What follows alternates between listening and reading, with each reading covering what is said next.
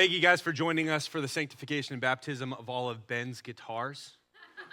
I told him full submersion is the way to do it, but he says water's not a good idea. I don't know.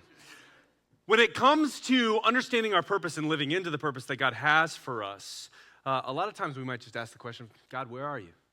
Like, where are you? If you've got a plan for me, if you wrote this out, if you knew it before I was born, why is it not so obvious? And why are you not so obviously present? And what we do is we turn that into, well, God, you're not even here.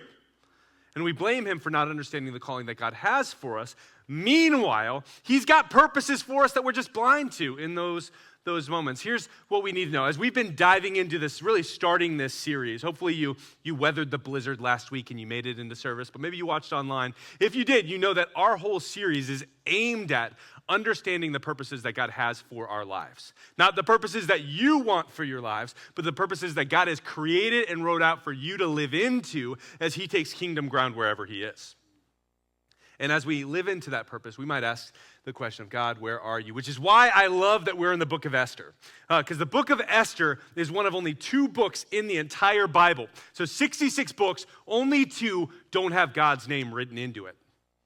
And so you might say, oh, God, where are you? The other book being Song of Songs, Song of Solomon. If you know that book, then you're like, that makes sense. I know why that's not there. But God's fingerprints are all over it. Here's what I would say. Absence of evidence isn't evidence of absence. In other words, God's name not being in the book doesn't mean he's not a part of it. Like God's name not being in the book doesn't mean that there's not actually incredible evidence of his fingerprints being written throughout. And we see that as we dive into this book that hopefully speaks truth over our lives and we can glean understanding of what our purpose is as well. Here's a phrase that we're going to be using throughout the entire series, a phrase that we're going to keep coming back to. It goes like this. The day was made for man and man was made for the day. It's that God created a moment. He created a space right now that we were placed inside of, and it wasn't an accident. Like, you're not here in this millennia because it just happened that way. God has a plan, and he wrote it out. Another way to say it is, you're not in this room on accident. Like, you didn't just stumble in. You might be like, well, my friend kind of dragged me here. Like, he promised me bagels afterwards, whatever. He used to coerce you. That's fine. But it's not an accident. You might be like, well, I'm here because my spouse brought me. Or maybe you call 180 Life home. It's not an accident. Every single one of us, we're created and designed for a purpose to be disciples. Now, you might not be living into that purpose, but we were all created for a purpose and a mission that God gave us. And the question is, not so much what is the destination, but what is my next step? Where's the place that you're calling me to right now? But there's a tension in our day. And the tension is, God, I will live into my purpose. I'll live into the call that you have for me. Just get me out of where I am now. Like if you change my environment, then if you give me the promotion, the job, you give me the family that I want, then I'll live into the call that you have for my life. Meanwhile, God would say to every single one of us, be faithful where you are. Your environment isn't the solution. God wants to work in and through you right where you are. Trying to change where you are is not a part of the equation. So we're going to dive into this book called Esther, about a woman named Esther that's filled with irony and drama. I would contend it is one of the most exciting books in the entire Bible. And we're getting to wrestle through it. And the core theme, if you take notes, this is something that I'd encourage you to write down. The core theme of Esther is God's providence. Providence being that he never falls off of his throne and he doesn't wear Burger King crowns. That God is sovereign, which means that he is on his throne, he is in charge and working his will into the marrow of creation. So for every single one of us, and you're going to see it even in the book of Esther, we're going to be like, how does this get solved? Like, I feel like I'm watching my favorite TV show. Like, how could they possibly get out of this? Meanwhile, God's got a plan, and he's working it through over and over again till we get to the destination that was unknown to every single person involved. You don't need to know the destination, just the next step. What's the direction? So let's pick it up where we left off. Pastor Nicholas spoke to it last week. We covered all of chapter 1, which was a lot of just historical context to help us understand what's happening. So just a brief recap. King Xerxes is the king over Persia. He's the big guy in charge. Now, Babylon was the world power, and then Persia took them over. They conquered them. God's people were held in captivity in Babylon. And so when the Babylonians were defeated, what happened? Well, Persia inherited the Israelites, and that's where we are in this story. King Xerxes has a 180-day party. Now, you might say, why are we called 180 Life Church? It's not because of our address, and it's not because we like to get down like Xerxes. There's a reason for it.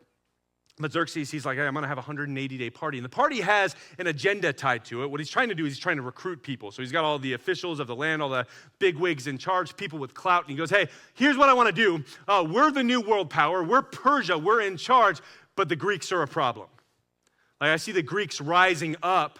Again, like, he was ahead of his time, because what happens is Persia is defeated by the Greeks are defeated by the Romans, and then we have the Gospels being written in a Greco-Roman culture. But he doesn't know that. He just knows Greeks are a problem. We need to deal with them. And so he's at a 180-day party, say, fight with me.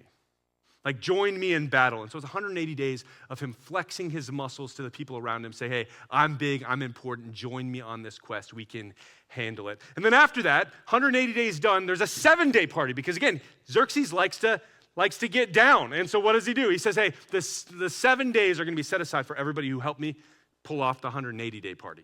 So I just want to celebrate you. You guys worked really hard for 180 days. Let's celebrate all that you did. Now, during that time, King Xerxes gets shmam-bammered, which is the biblical term for drinking too much. And he gets shmam-bammered, and he goes, you know what I want to do? I want to show everybody here that my wife, she good looking.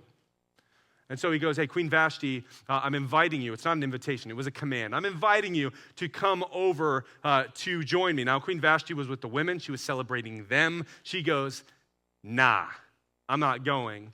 The king gets enraged, asks his counsel around him. This is just a great example of why having good counsel, not just counsel, good counsel is really important. The counsel around him, what they said is, hey, this is an issue.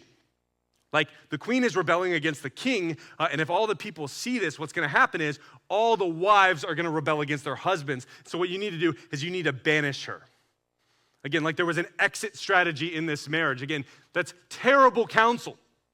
And what happens is the king, who loves following other people.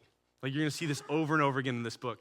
Like, he rarely makes a leadership decision on his own. He's just following at the whims of everybody around him. The irony being, eventually he starts following his future wife. And he's at the whims of everybody. So, hey, that sounds like a great idea. Let's get rid of her. And that's where we pick up in verse 1. It says, later, when King Xerxes' fury had subsided, he remembered Vashti and what she had done and what he had decreed. Now, something to remember, we talked about this last week, but in Persia, they had something called the law of the Medes and the Persians. And here's all that meant, is that if a king makes a law, it can't be taken back even by the king. Like, once it's done, it's in stone. And so what's happening here is the king is remembering Vashti and what he decreed. AKA, she's not the queen anymore. She's not allowed to be in his presence ever again. That's the law. She is completely written out of history. Now, when it says later, you might just think, well, this is the next night. Like, oh, maybe he's just hungover and he's like, oh, this is not great. That's not actually how it goes down. Chapter 1 and chapter 2, there's a span of 4 years in between those two chapters. And what happens is they go after the Greeks. And they're like, all right, we gotta beat these guys down. And if you know anything about Persia and the Greeks, you would know that the numerical advantage was far and away on the Persian side. Like, they outnumbered the Greeks dramatically. And yet in that 4-year period, what happened was the Greeks dominated the Persians. If you want to know how, you can watch the movie 300. It'll tell you that Gerard Butler on your side will lead you to defeat anyone. Might not be the best example of what happened, but those battles did happen in that 4-year period. And so what happens is King Xerxes comes back from not just a bad day, not just a bad year, a bad 4 years with his tail between his legs, ready to lick his wounds. And what do you do on a rough day? Well, you're like, man, I want a soft place to land. Well, what about the wife that I love? Oh, wait. Made a bad decision at 2 a.m. That probably wasn't too hot. And the law of the Medes and Persians says that I can't have her back. And so he's like, man, he's remembering this, ready to be comforted and unable to find the wife that he loves. And it picks up in verse 2. It says, then the king's personal attendants proposed, because they're full of just wonderful counsel. Let a search be made for beautiful young virgins for the king. Let the king appoint commissioners in every province of his realm to bring all these beautiful young women into the harem at the citadel of Susa. Let them be placed under the care of Haggai, the king's eunuch, who was in charge of the women, and let beauty treatments be given to them. Then let the young woman who pleases the king be queen instead of Vashti. Look at that. She's not even Queen Vashti anymore. Again, she's written out of history. We're not talking about her. This advice appealed to the king, and he followed it. And so the attendants, rather than going like, hey, maybe like just future, like maybe don't make bad decisions at 2 a.m. when you're too drunk to remember your own name. Maybe that's not a good idea. Rather than giving good counsel, what they did was they said, hey, beauty pageant. This will solve everything. We'll just get all the cute girls together. We'll just like get all the ones, and then you can have some tomfoolery in the bedroom with them, and you can make a decision, and then you get to decide who's queen. And Vashti, she's not written into history anymore. She has been replaced. And you might hear that, and you might go, that sounds so superficial. Like that sounds awful. Well, King Xerxes is not a role model. Like there's nothing in Scripture that would lead us to believe that he's an example of someone that we should follow. He is an evil king, a mad king, and he's going to do things that mad, evil kings do. So this sounds like a great idea to him. He's like, well, you mean I get to pick any woman I want, base it off of her looks and a good time? That sounds great to me, and that's exactly what he decides to do. Verse 5, it says, now there was in the citadel of Susa a Jew. So we're zooming out from the palace. Like we are somewhere else now. There was in the citadel of Susa a Jew of the tribe of Benjamin named Mordecai, son of Jair, the son of Shimei, the son of Kish, who had been carried into exile from Jerusalem by Nebuchadnezzar, king of Babylon, among those taken captive with Jehoiachin, king of Judah. Mordecai had a cousin named Hadassah, whom he had brought up because she neither had father nor mother. This young woman, who was also known as Esther, had a lovely figure and was beautiful. Mordecai had taken her as his own daughter when her father and mother died. So in drops this guy named Mordecai, and it gives us this random genealogy where you might just be like, man, like why is this relevant at all? We just kind of breathed through it. Like there's just 3 people and then we move on. But if you know the genealogies, which again, we can't breeze through this stuff, it's so important, you would know why it matters. And we're gonna zoom in for a moment. This is actually gonna be a major point in another message that I give. But what it's saying here is that Mordecai and Esther are both related to King Saul. So King Saul, if you remember, there were 2 main kings over Israel at the beginning. There was King Saul, who had the might of God, and then later on you had King David, who had the heart of God. And what you learn from that story in 1 Samuel is, if you've got the might of God without the heart of God, you become corrupted. And what happens is he becomes a mad king. And so even in this, you're seeing the redemptive providence of God as he works through the marrow of genealogy. Like, this is a family that is broken. This is a family that is estranged from the presence of God. That King Saul wasn't also a role model. He was like King Xerxes. And Mordecai is of that family line, which might explain why he's still in Persia. See, what you wouldn't know, but history tells us, is that 50 years prior to this, there was a guy named King Cyrus. And King Cyrus, being king over Persia, said, I'm pretty done with the Israelites. Like, you guys can go home. We don't need you here anymore. You can go back. And many of the Israelites, they left. And many of the Israelites chose to remain. They said, man, but yeah, I could go back to the land of promise that God set aside for me, but I really like Persia. I really like the environment. I got friends here. I like the way that we do the holidays. I like how we get to behave. See, what we're seeing here, again, is providence. God working things back to the way they were meant to remain. Inviting the Jews who chose to remain in Persia and giving them a way back home. And he does that for every single one of us. What we're seeing here with remaining in Persia despite not needing to remain in Persia. We've got a chance to go home, to leave exile and go back to the place that was created for us. It's something called syncretism. It's a term that every single believer, I deeply believe we should all know because we are all victims of it and we allow ourselves to be more often than not. What syncretism is, it's a collage of a belief structure. It's saying, hey, I really like these parts about Jesus, and so that's good, but my friends, they think this, and so I'm going to kind of put that in, and then Jay-Z sang that song once. I love that. Let's put that into my belief structure, and you build a worldview that is completely altogether your own. It's not a biblical worldview. It's a me worldview, and nobody else has it like me. Syncretism. And it's dangerous. It's how you can have the perspective of Christianity of like, well, Christianity is therapeutic. So you just, I go because I feel better about myself. Or I go because I like the music and the motivational message, which I pray I make that so uncomfortable for you sometimes. Like we go for all these different reasons. It's syncretism. It's a merging together of beliefs, which leads us to wear the cross without being impacted by the cross. Leads us to call ourselves a disciple of Jesus without ever feeling like we need to follow him when Jesus said, follow me and I will make you fishers of men.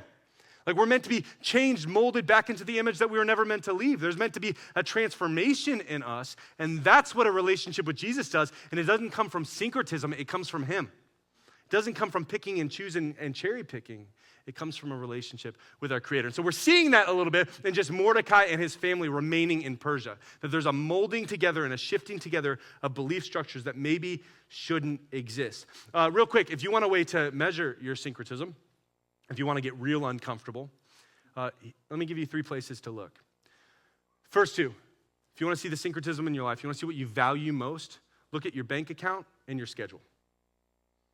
Like, where do you spend your time and your money? That's going to tell you what you value. Not from words, not what you say out loud, but it's going to tell you what you value most. And this is not like some sly way to get the church more money. This is just saying, hey, we need to investigate our own hearts. Like, this isn't about the church. This is about you. This is you as a disciple. What do you value most? And has the world had a stronger grip on it than Jesus does? The third place I want you to look is I want you to look at the 3 people you hang out with most. Your 3 closest individuals.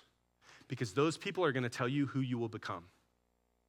Scripture tells us that we become who we hang out with, which we know with our kids, which is why we're so serious about them having good friends that are going to pour into them and love them and shepherd their hearts. And yet for us, we're just like, I'm going to go with who makes me feel good about myself.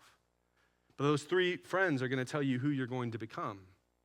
Are they like-minded? Are they Jesus edifying? Are they following Jesus with everything they've got that you know 10 years from now you're going to be running even faster after him than you are right now? Or maybe is there a drift that will occur because of your relationships? We need to identify the syncretism in our life.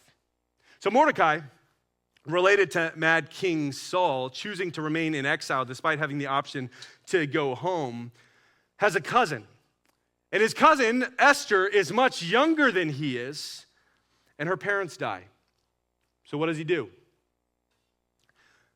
This is important because this is where we sleep on purpose. Like, this is where we miss it because we want purpose to be the Instagram highlight reel. We want it to be all the exciting things. And yet Mordecai sees what's in front of him and he takes the next step. Let me tell you, purpose happens on Tuesday. Tuesday, there's no hope in Tuesday. Like Wednesday, you start to have like a ray of sunshine, the weekend might come. Friday is like, man, Friday's exciting and awesome. Saturday, liberty and freedom, unless you've got like young kids like me, and then you're just like, we're just trying to survive. But it's like, man, like there's freedom in that. There's Sabbath in that. There's hope in that. But Tuesday's tough, but purpose happens on Tuesday. You want to know what looked like a Tuesday to Mordecai? When his aunt and his uncle died, and he became a parent that he wasn't preparing to become. But he said, hey, this is what's in front of me. Like, my cousin, her parents are gone. I am older and able. Here I am. That's purpose. It's not glamorous. It's not always exciting. It's a daily grind stepping into what God has called us to. See, if you're looking for purpose that makes you YouTube famous, that's self-made purpose. That's something that you have created on your own. And you might even like twist it a little bit and be like, yeah, but if I become YouTube famous, I'm going to make Jesus famous. He doesn't need your help. Like he's got a plan, and the expectation is, yes, we scream his name from the mountaintops, but that's okay if nobody's at the bottom of the mountain to hear it. Like, it doesn't matter. My part is to live into the purpose that he has created for me. And it's not about starting at Friday, it's starting at Tuesday. Daily grind, moving forward, saying, I will be obedient and follow your will, even when it's difficult, and even when it's not so glorious. Look at the founding fathers and mothers of our faith. David didn't start as king. He started as a shepherd, a poet, a musician, a soldier, an exile who was being chased after by the current king. Then he became king. He didn't start on Friday, he started on Tuesday. And that Tuesday lasted a decade. Look at Mary. She was faithful in her life well before she knew she was going to be the mother of Jesus. Why? Because it's about the daily grind, moving forward, having purpose. And not caring about the stage, just caring about following your Father. Some of the places that we can see that purpose play out, now this isn't your purpose, it's a vehicle for it, is in the relationships we have. I think about Fostering Family Hope, which is an organization that we partner with. Why? Because foster care is not glamorous and yet is deeply important. That's what Mordecai, he would be all about that. He's like, yes, we're in on that. If you are a parent who takes seriously the discipleship of your kids, which let me tell you is hard. Because the world would say, no, just let the TV do it. Just let the tablet do it. Just let their friends do it.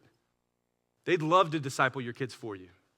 And yet the purpose that we have, at least a vehicle for that purpose to be lived out, is in the relationships that we have. Your marriage. Y'all, our marriages are meant to be a place that we live into the purpose that God has created for us. We sleep on that. Why? Because we have kids and we think it's about them. That's not the order. The order is my relationship with God, then my relationship in my marriage, then my kids, and my kids are blessed by it. Why? Because someday your kids are going to leave. And you don't want to be that parent that's clinging on to them, wanting the affections from them that they have now designated to their spouse. It's not helpful. It's not good. But if I pour into my marriage and I live into that with boldness and a courage that the world doesn't understand, what's going to happen is the people around you are going to start looking at your marriage and be like, how are you guys still enjoying each other 10 years in? Like, how are you guys still goofing off and dating each other? Like you guys have kids. Like, how do you find time to care for? Like, I don't understand. Like, you give grace and mercy. You give forgiveness. You don't keep a record of wrongs, which is exactly what 1 Corinthians 13 talks about. You love that you're patient. You care for them more than you care for yourself. You're telling me that's what marriage is supposed to be like? Why don't I see it anywhere else? And then we would say, Jesus. Like, because we're both chasing after Jesus, and that's the beauty. If we're both chasing after him, it brings us closer and closer together. It's all about him. But the world doesn't see that if we're not about that. There's purpose. See, none of us lack purpose. What we lack is submission. We lack a willingness to say, Jesus, I'm going to follow you no matter what. They're not faithful. Doesn't matter. You do your part. I'm not getting what I want. Doesn't matter. You do your part. Faithfulness wasn't meant to be contingent on another party. Praise God that wasn't Jesus' view. Because we fall short all the time. You can ask my wife, she's got a whole list. Like, it's not based on faithfulness. It's based on who he is. And he says, I love you, and so I choose you even when you trip and fall. That's what marriage is meant to look like. That's what parenting is meant to look like. And that's what purpose as a vehicle in our relationship is meant to be. I went way too long on that. Let's keep going. Verse 8, when the king's order and edict had been proclaimed, many young women were brought to the citadel of Susa and put under the care of Haggai. Esther also was taken to the king's palace and entrusted to Haggai, who had charge of the harem. She pleased him and won his favor. Immediately, he provided her with beauty treatments and special food. He assigned to her 7 female attendants selected from the king's palace and moved her and her attendants into the best place in the harem. So Esther, who is stunningly beautiful, is brought into the harem, and over again, we just see her start winning favor with people. She gets the best part of the palace. She's got attendants. Guy Fiore is making her meals. Like, things are looking up for her. And here's what I want you to know. As far as we know, there's nothing she did to deserve it. She didn't decide one day that she was going to be beautiful. She didn't go, hey, I'm going to show up to the Planet Fitness a couple times a week. No, it's just it's what she was given to her. And she said, this is where I am. What do you need me to do, Lord? How can I step into this with faithfulness and fullness? Esther had not revealed, this is verse 10, had not revealed her nationality and family background. Kept it a secret. She is a Jew. They don't know. Because Mordecai had forbidden her to do so. Every day, he walked back and forth near the courtyard of the harem to find out how Esther was and what was happening to her. And so Mordecai, with a beautiful discernment, leans into Sandra Bullock and says, don't let the beauty pageant girls know that you're an FBI agent. Like, don't let them know that you're a Jew, Esther. He says, hey, like, I've got a plan for you, and I don't know what God's going to do, but I do know, that's just a little bit of discernment. We're not going to tell them, at least right now, they don't need to know that you're a Jew. And so she keeps that secret at the leading of Mordecai. And what we see here is Mordecai, who part of his purpose was caring for Esther. And we see that his purpose doesn't change with her leaving the home. Now, it's different. This is what gets some of us parents in trouble a little bit, is that we want the same relationship with our kids that we've always had. Listen, there's a point where your kid isn't going to want you to help them put the Legos together anymore. Probably going to be a point where they stop playing with Legos, but I don't know. Some adults dig that, so it's fine. The point being, like, your role's going to change. It's going to shift, and it should. In fact, one of the huge tension points in relationships with parents is often that parents don't adapt to their new role. Now, the purpose doesn't change. Like, the purpose of shepherding and loving and caring and leading and coaching is still there. It's just different. You're not on the field anymore. You're in the locker room debriefing after the game. And if you can make that shift, there's freedom. But if you don't make that shift, what happens is the spouse becomes an adversary, the competition, someone who is taking your little boy or little girl away. That's not meant to be the design. Again, we got to have the priorities in order. It's God, marriage, then your kids, and we're blessed. They're blessed by it. See, purpose happens on Tuesdays, but that Tuesday hopefully eventually becomes a Wednesday. And Wednesday is when we start to have hope again. We're at the cusp. We can see the end of the tunnel. We can see Friday coming. Things shift, and what Mordecai is doing is checking in at the courtyard every day. It's the ancient version of Life 360. Saying, how's my girl doing? Like, how is she? Like, what's happening in the harem? Like, is she doing okay? He doesn't know the results. He doesn't know the destination. He doesn't know what's going to happen. He just knows his next step. He says, I'm not done caring for her and shepherding her heart, even when things shift. Now, something I want to clarify real quick, because this can become confusing. Purpose is not a familial role, which means that your purpose is not to be a dad or a mom or a husband or a wife. And here's why. You're never going to outlive your purpose. You might outlive, and I don't pray this for you, but like one spouse is going to outlive the other one most likely. Like there's going to be a point where you're not a husband or a wife anymore, maybe. Doesn't mean you don't have purpose. In fact, we've got people who have experienced that, and they could share the purpose that they live into. Like, just because you're a parent doesn't make that your purpose. There are vehicles to your purpose. It's a place for you to live into your purpose, but not a place for you to define your identity. Another place that we do this in American culture probably more than we do familial roles, your purpose is not your job. Like, it's not your occupation. Again, that's a place that I pray that you are living into your calling, that God has given you a vehicle to say, hey, if you're a shepherd, that you shepherd. If you're a teacher, you teach. That if you press into relationship, like if there's a call there, well, I pray that you're living it out in your occupation, but the occupation isn't the destination. How do I know? Well, there's this mythical thing called retirement. I've heard about it. It's where you don't work anymore. And then what? Listen, like it's not based on an occupation, right? Like it's not a pastor thing. Like my role, I've known this for a long time, that my calling in life is to be a shepherd. I know that, like I'm meant to walk beside people. I don't always do it perfectly. I've still got a lot to learn, but that's the call that God has for my life. And here's what I know. If I'm not a pastor, but I'm working in Home Depot, you can find me making disciples in the lumber aisle. Because my role doesn't change. My mission in life, my purpose, isn't job dependent, which means that when I'm old and I'm in a nursing home, I'm going to be passing out Bibles to my geriatric friends. Because that's what's going to happen. And for us, we just need to know your purpose is so much more than your occupation. If you think it's your occupation, here's what you do. You sit on your hands waiting for the breakthrough. Sit on your hands waiting for the promotion or the thing that comes next. God, where are you? Meanwhile, he's whispering, I'm right here. Be here. Work here. Move here. Be faithful where you are. Verse 12. Before a young woman's turn came to go in to King Xerxes, she had to complete 12 months of beauty treatments prescribed for the women. 6 months with the oil of myrrh, 6 months with perfumes and cosmetics. And this is how she would go to the king. Anything she wanted was given her to take with her from the harem to the king's palace. In the evening, she would go there, and in the morning, return to another part of the harem to the care of Shashagaz, the king's eunuch who was in charge of the concubines.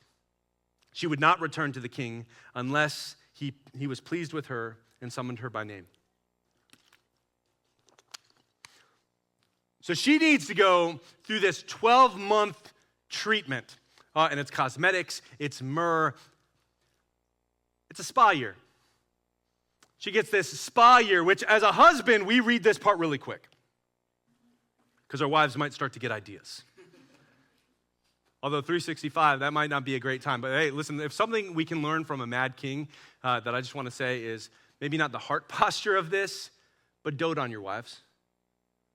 Like, we are blessed to have women in our lives that are chasing after Jesus. We're blessed to have women in our lives that actually care for us. We're a mess half the time.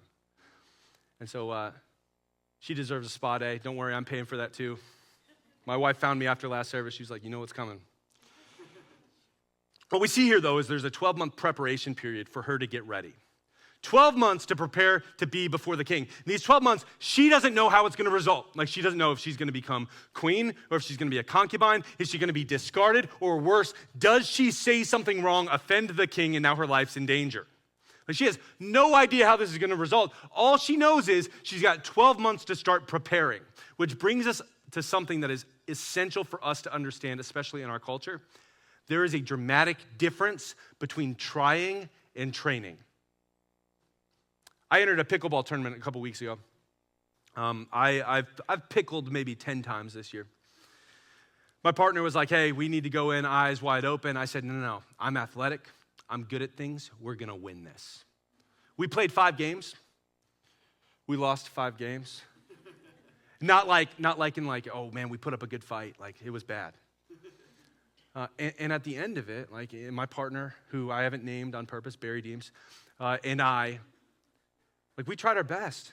I'll tell you, we worked as hard as we could. I hit that ball as hard and as accurately as I could, and we got smoked. Why? Because there's a difference between trying and training. I'll give you a better example. If you wanted to run a marathon right now, you could try.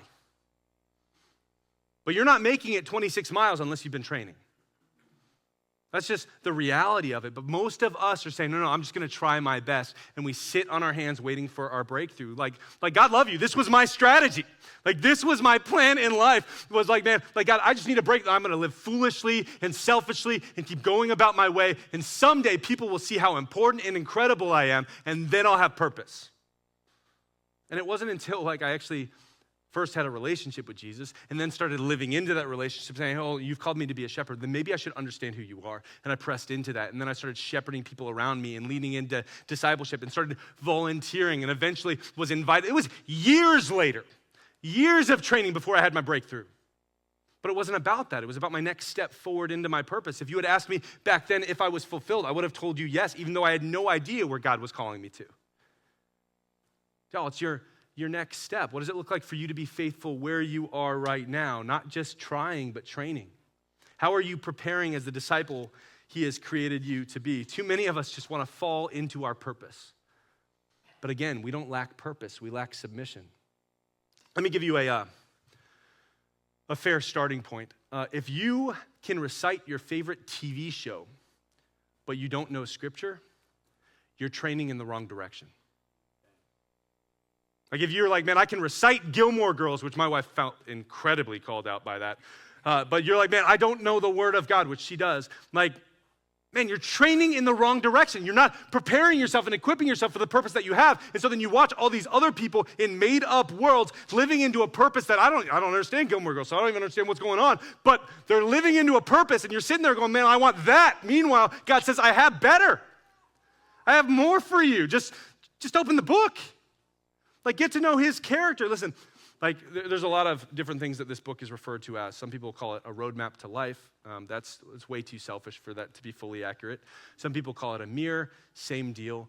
Here's what it is. It can function as those things, but here's its primary purpose, is God's character is in this book. Like, if I want to know who he is, he wrote it down for us.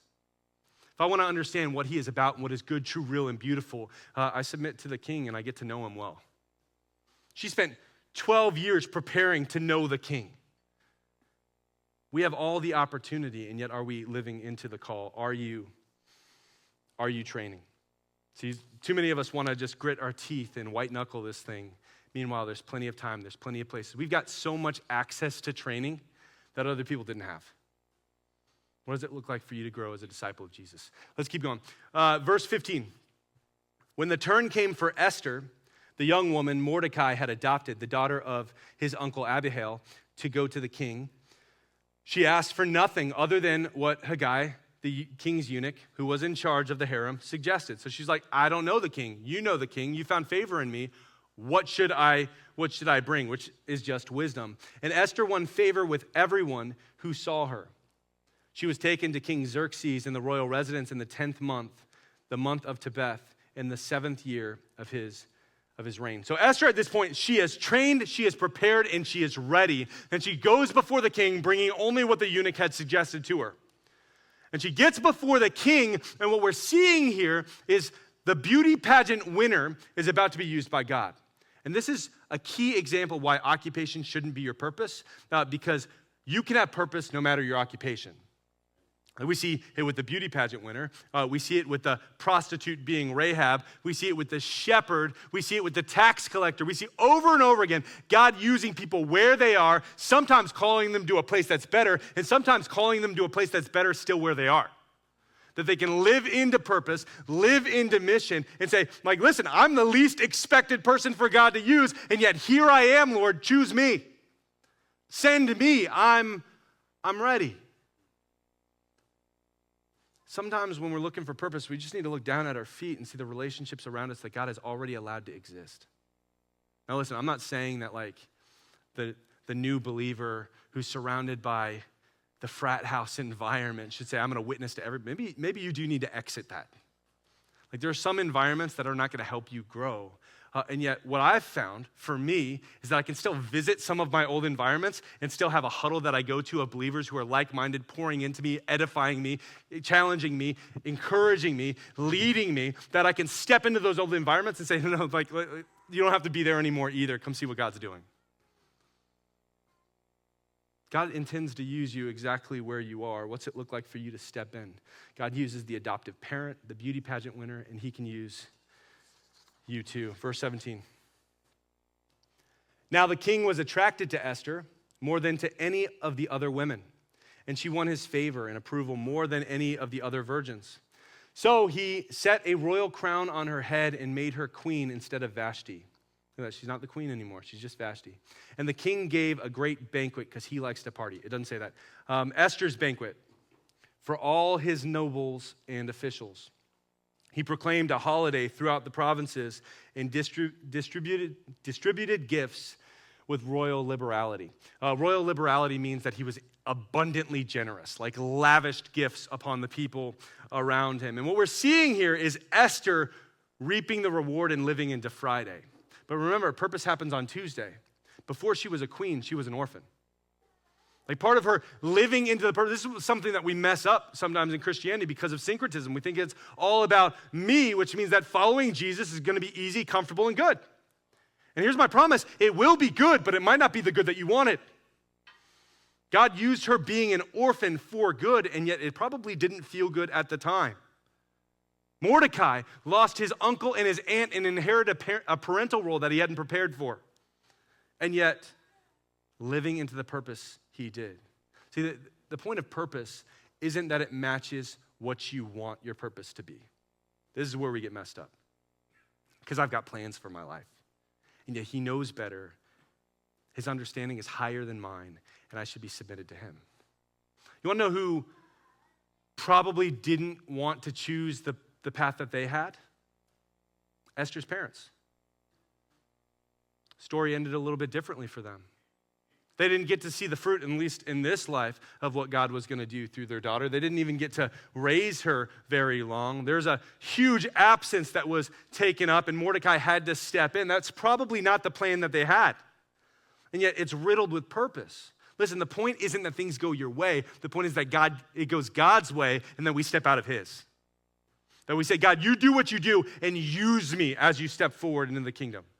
Use me as you take ground in the environment that I'm in. Use me as you step forward in New England. Use me as you work in my workplace that seems absent of God.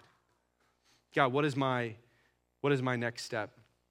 So as we step into continuing this conversation really up until mid-March of what does purpose look like and what is stepping into that purpose, it's not always going to be easy, and we're especially going to see that when we introduce the villain of the story.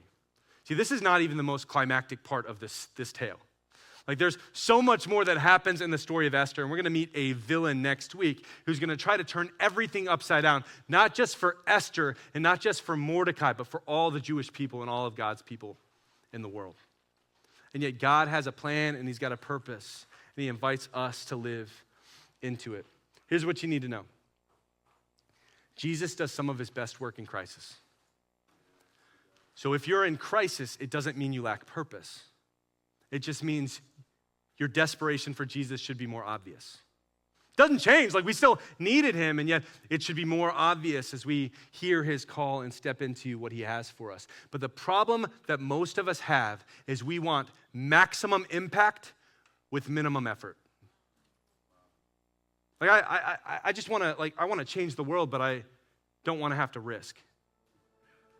I want to play it safe, and I want to stay comfortable. And I just want you to know, that's the opposite of the gospel. The gospel isn't, man, it's going to be easy and it's going to be fun all the time and you'll make a lot of money and you'll get the girl. It's come die with me that you may live.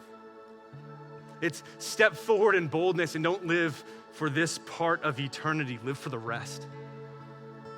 Live for what's next, because if we live for what's next, we can look around us and see all the other people that are coming along too, because God used us as a vehicle to live into our purpose, to speak truth where we are, that other people can experience the love and grace of Jesus and do the same. It's not going to be comfortable. It shouldn't be safe. Like, you should have relationships where they're like, hey, slow down a little bit. The question is, are we allowing our love for Jesus to lead into our purpose? Say, Jesus, I love you and I trust you, and so you lead wherever I go. So what I want you to wrestle with is, how are you training into the purpose that God has for you? Like, we're a church, we exist to make and send disciples who love and live like Jesus. That's the commission that Jesus gave us.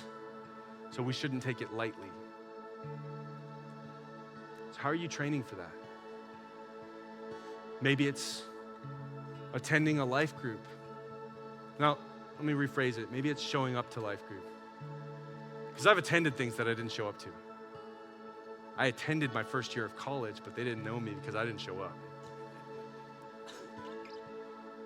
Like, attending life group looks like showing up or being there, but not actually sharing where you are. Showing up is saying, listen, my life is on fire.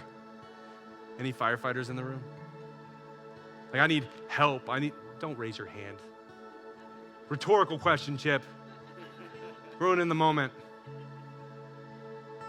My life is on fire. I need help. Would you help me?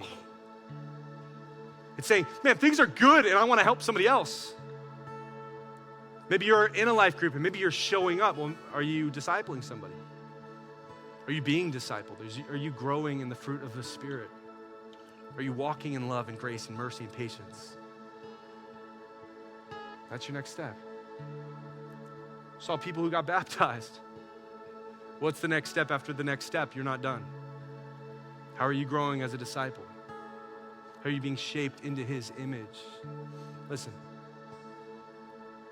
He's not done yet, and so neither are we. Wherever you are, grandparent, mother, husband, single, doesn't matter. God's got a plan for you and a purpose for you, and your job is to submit to him as he leads the way. And like Esther, you might not know the destination. You might not know what he's drawing you into, and yet, if you're in his word and you're in relationships, and you're growing as a disciple, he'll show you the next step. Jesus, make clear to us what we need to do. Make clear to us that we need to draw nearer to you. And it's not about doing, it's about who you are. We know that the gospel isn't against effort, but it is against earning. And so help us not to have a mentality of trying to earn royalty, become the queen, get YouTube, whatever. But instead, Lord, give us an effort that strives to be the best disciple we can be. And then give us places to live into that. Let us be architects for the kingdom. Let us be garbage collectors for the kingdom. Let us be disciples who carry that title first. Lord, I ask that you bless our families as we step forward, that we're raising up tiny disciples that are molded into your image. Give us courage and boldness. And Lord, especially give us a portion of you. Don't let us try to white knuckle this thing on our own, but let us experience your love and grace over and over again. As the day is made new, let that love refresh us and let us step into that and let others see it. That it is you we are chasing after. And we give you praise. Amen.